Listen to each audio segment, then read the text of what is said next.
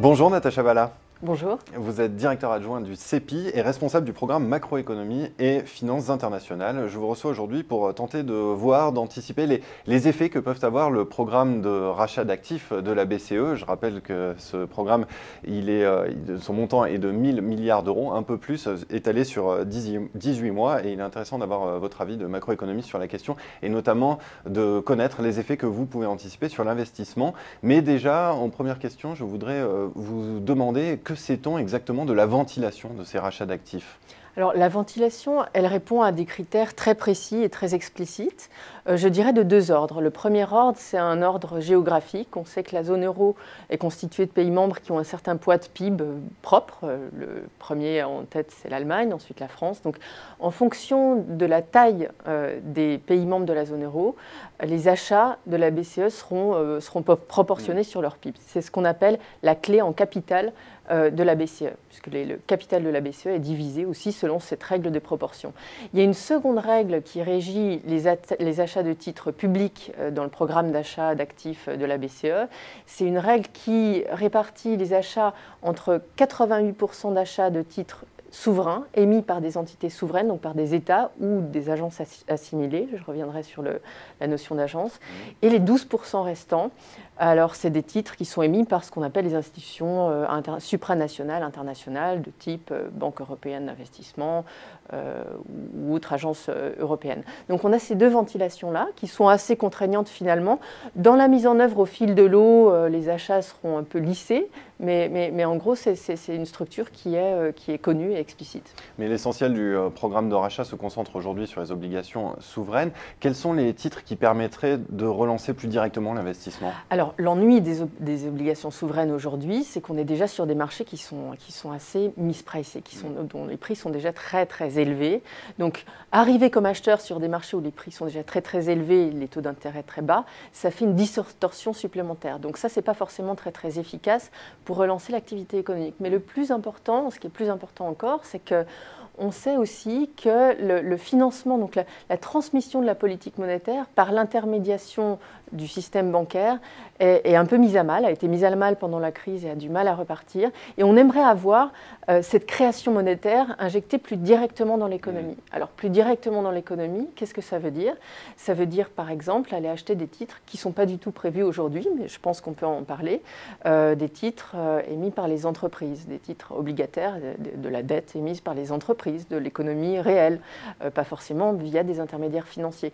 Ou alors même sortir de l'environnement des titres obligataires, donc de la dette de marché, et aller vers le monde des actions. Pourquoi la BCE n'irait pas finalement acheter des actions émises sur des marchés cotés ou émises, ou même des titres en capital, en equity, peut-être même un peu plus exotiques. Je pense qu'on peut se permettre d'avoir une réflexion très large, parce qu'à partir du moment où on décide de s'engager dans une création monétaire aussi massive que celle qu'on est en train de vivre aujourd'hui, je pense qu'il ne faut pas avoir d'inhibition sur quand l'objectif est réellement de relancer l'activité économique, de stimuler l'inflation et in fine de relancer, vous l'avez dit, l'investissement qui est dans une situation très compliquée aujourd'hui. Qui n'est pas revenu à son niveau d'avant-crise. Non, et non, on sent bien que malgré le fait qu'on ait une reprise cyclique, qu'on a des signes vraiment meilleurs, un peu en termes d'indicateurs avancés, mais aussi on commence à le voir dans les indicateurs durs, l'investissement finalement, c'est encore pire en France qu'ailleurs, mais a vraiment beaucoup de mal à repartir. Donc on aura envie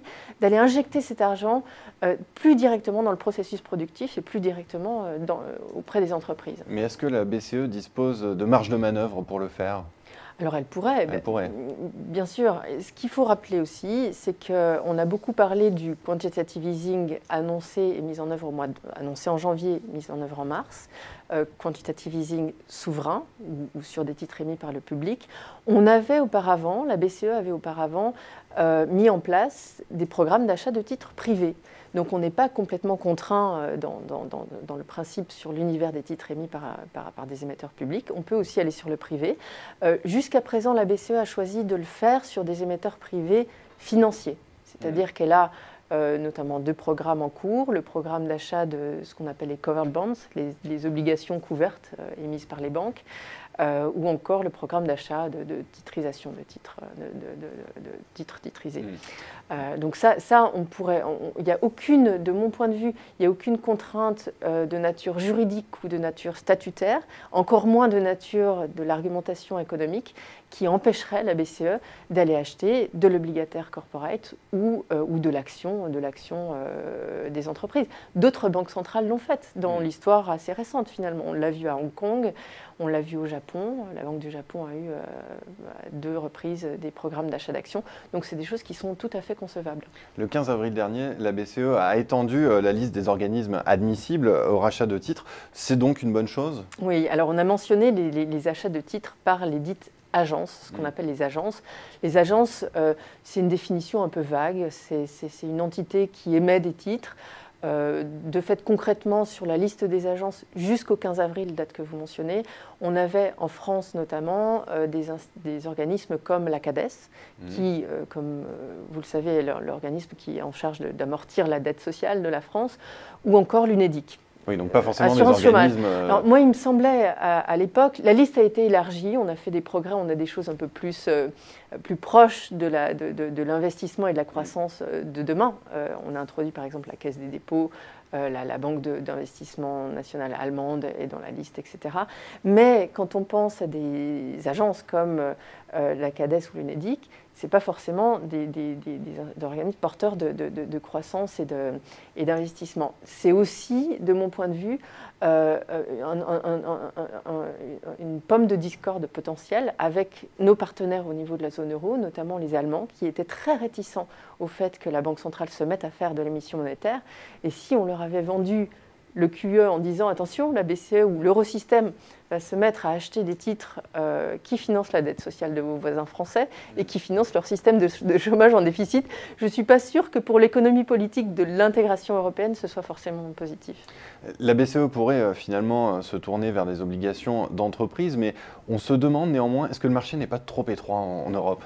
Alors, c'est vrai que l'avantage, l'argument principal pour aller sur le souverain, c'était que c'était les marchés les plus profonds, les plus liquides, les plus gros, qui permettaient d'agir en taille.